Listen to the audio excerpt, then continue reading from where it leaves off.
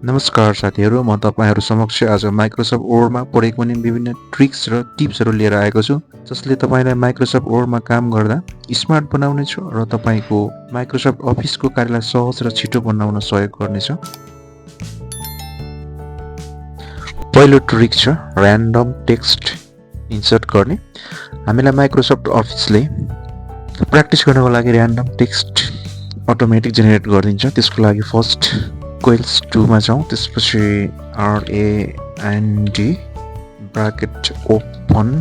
मलाई 4 वटा प्याराग्राफहरू चाहिएको र प्रत्येक प्याराग्राफमा 6 वटा सेन्टेन्सेसहरू चाहिएको। यसरी कस्टमाइज गरिसकेपछि ब्राकेट फेरि क्लोज र इन्टर हानिसकेपछि अटोमेटिक 1 2 3 4 प्याराग्राफ्स र प्रत्येक प्याराग्राफ्समा 6 लाइन्स अथवा सेन्टेन्सेसहरू रहेको छ। यसरी हामीले अटोमेटिक प्याराग्राफ जेनेरेट गरेर प्र्याक्टिस गर्न सक्छौँ। यसमा विभिन्न तरिकाले अन्य प्र्याक्टिसहरू गर्नको लागि हामी यसरी अटोमेटिक टेक्स्ट जेनेरेट गर्न सक्छौँ।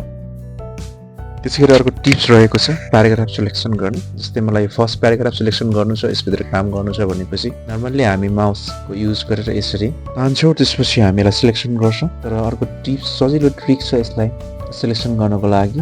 यसमा मैले 3 पल्ट क्लिक गरेँ भने अटोमेटिक सिलेक्सन हुन्छ 1 2 3। यसरी एकदमै छिटो 3 क्लिक्समा चाहिँ हामीले चाहेको प्याराग्राफलाई सिलेक्सन गर्न सक्छौँ। यसरी सिलेक्सन भएको प्याराग्राफलाई हामीले विभिन्न कामहरू गर्छौँ, जस्तै बोल्ड गर्न सक्छु, इटालिक्स, अन्डरलाइन, यस्तै सबै कामहरू गर्न सकिन्छ। यसरी 3 क्लिक्सबाट नै हामीले एउटा प्याराग्राफलाई सिलेक्सन गरेर एकदमै छिटोमा काम गर्न सक्छौँ।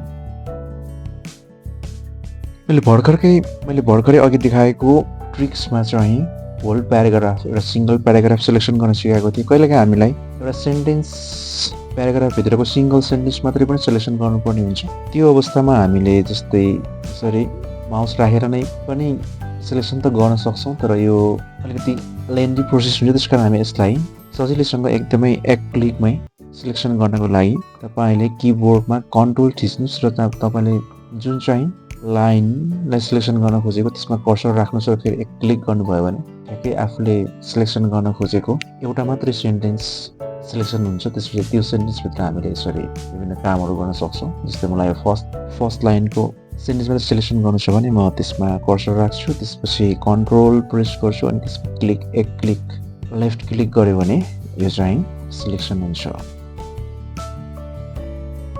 त्यसै गरी अर्को टिप्स रहेको छ केस चेन्ज गर्ने अथवा हामीले टाइप गर्दाखेरि वर्ड अथवा लेटर्सहरूको चाहिँ केस चेन्ज गर्ने। यसको लागि एकदमै सर्टकट तरिका छ।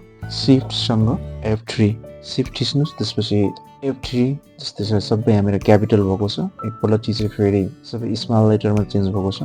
त्यसपछि फेरि सेन्टेन्स केसमा आएको छ अनि अहिले फेरि क्यापिटल सबै स्मल गर्नु पऱ्यो भने यसरी एकदमै सजिलोसँग सिफ्टसँग F3 प्रेस गर्यो भने चाहिँ यसरी हामीले सेन्टेन्सभित्र रहेको वर्डको केसहरूलाई अथवा लेटरको केसहरूलाई small capital sentence case upper case lower केसमा हामी कन्भर्ट गर्न सक्छौँ।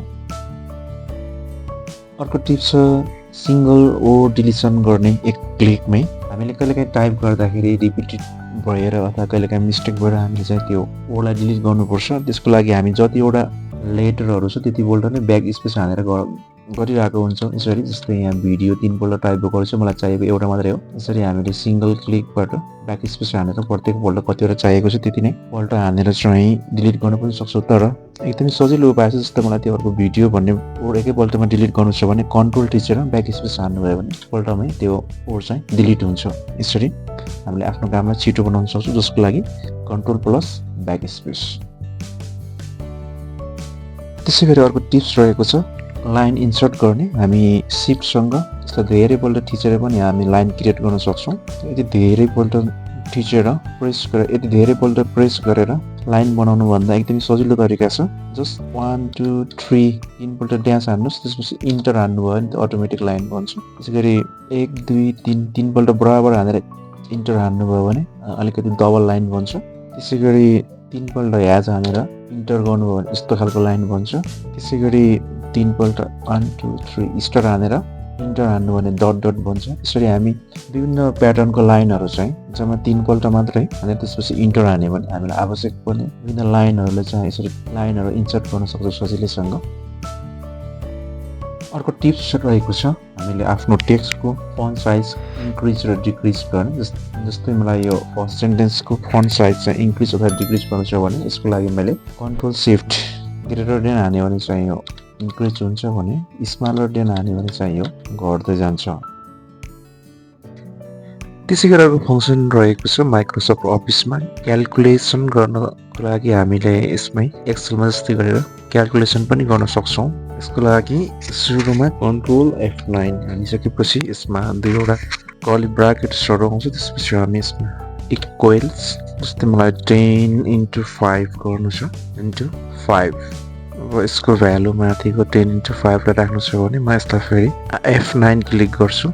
इन्टर होइन F9 ल 5 छ 50। त्यसै गरी म यो 57, 65 र 45 अनि 45 लाई जोडेर राख्न चाहन्छु भने control F9 equal 57 plus 65 plus 45 plus 45 F9। यसको टोटल सम 212 आएको छ। यसरी हामीले माइक्रोसफ्ट अफिसको टेबलभित्र अथवा बाहिर जहाँ पनि हामी क्यालकुलेसन गर्न सक्छु। जस्तै म बाहिर क्यालकुलेसन गर्न पनि सक्छु। बराबर 12 इन्टु 6 F9 72।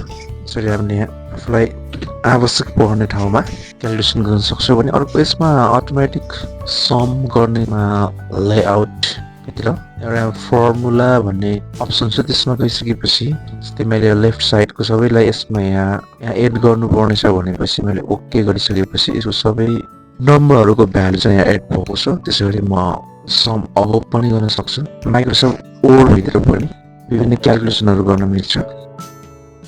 हामीले नर्मल्ली अफिसको माइक्रोसफ्ट वर्ड युज गर्दा कलरफुल थिम युज गरिरहेको हुन्छौँ जसले हाम्रो आँखालाई अलिकति लामो समयसम्म प्रयोग गर्दा आँखालाई अलिकति असर गरिरहेको हुन्छ। त्यसकारण अर्को यसको लागि विकल्प रहेको छ आफ्नो आँखालाई रेस्ट दिनको लागि। यसको हामीले थिम अथवा ब्याकग्राउन्डहरू चेन्ज गरेर अलिकति डार्क थिम अथवा ग्रे थिममा लग्यो भने हामीलाई लामो समयसम्म काम गर्दाखेरि अलिकति सजिलो हुन्छ। त्यसको लागि हामी फाइलबाट अकाउन्ट सेक्सनमा जान्छौँ। त्यसपछि त्यहाँनिर अफिस थिम भन्ने अप्सन रहेको हुन्छ। यसमा गएर डार्क ग्रे चुज गऱ्यो भने यसको अरू ब्याकग्राउन्डहरू सबै डार्क ग्रेमा जान्छ भने काम गर्ने पेज चाहिँ व्हाइटमै रहेको हुन्छ। यसलाई कम्प्लिटली डार्क बनाउनको लागि चाहिँ हामी ब्ल्याक थिम चुज गर्छौँ जसले गर्दा सबै यसरी यसको यो अफिस वर्डको इन्टरफेस सबै ब्ल्याक हुन्छ। त्यसै गरी अर्को टिप्स रहेको छ हामीले यो माइक्रोसफ्ट भित्रको विभिन्न मेनुहरू हुन्छ। यसमा क्लिक गरिसकेपछि देखिने यसको यो फङ्सन्सहरू अथवा यसलाई हामी रिबन भन्छौँ। यो रिबनलाई हामी हाइड पनि गर्न सक्छौँ भने सो पनि गर्न सक्छौँ। हाइड गर्नको लागि यस्तो एउटा अप्सन रहेको छ। यहाँ क्लिक गऱ्यो भने हाइड हुन्छ। त्यसपछि कुनै एउटा मेनुमा क्लिक गऱ्यो भने यो फेरि सो हुन्छ र हामी यसमा क्लिक गऱ्यो भने चाहिँ यसरी देखिन्छ। तर यसलाई हामीले एकदमै सजिलो गरेर कन्ट्रोलसँग F1 क्लिक गरेर यसलाई हाइड र फेरि सो गर्न सक्छौँ। कन्ट्रोल प्लस F1 युज गरेर यसलाई हामीले सजिलैसँग हाइड एन्ड सो गर्न सक्छौँ।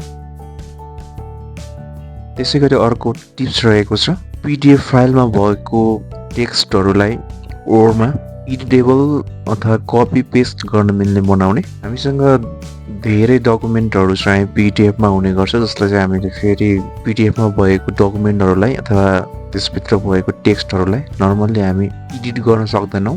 यो चाहिँ नन एडिटेबल हो। केही यसको सफ्टवेयर र केही राम्रा खालको पिडिएफ एडिटरहरूले मात्रै यसलाई हामी एडिट गर्न सक्छौँ। तर यसलाई हामीले माइक्रोसफ्ट वर्डबाट एडिटेबल डकुमेन्टमा कन्भर्ट गर्न सक्छौँ। यसको लागि चाहिँ म फाइलमा जान्छु। त्यसपछि ओपन गरिसकेपछि ब्राउज यो चाहिँ डेस्कटपमा एउटा जस्तै एउटा पिडिएफ डकुमेन्ट छ। यसलाई म यहाँ यसरी ओपन गर्छु। इनेबल एडिटिङ भर्खरै पिडिएफमा भएको जुन फाइल छ यो चाहिँ अहिले मेरो वर्ड डकुमेन्टमा आइसकेको छ। यसमा म यसरी थप्न यसलाई काट्न कपी गर्न गरेर जे गर्न पनि सक्छु र यो चाहिँ अहिले सबै चाहिँ वर्डमा कन्भर्ट भइसकेको छ र यसबाट मैले यसमा एडिट गर्न यसलाई कपी गरेर अर्को ठाउँमा पेस्ट गर्न आफ्नो इच्छा अनुसार यसलाई चेन्ज गर्न सक्छु। Thank you for watching. For more videos keep on watching and don't forget to like, comment and subscribe my channel. Thank you.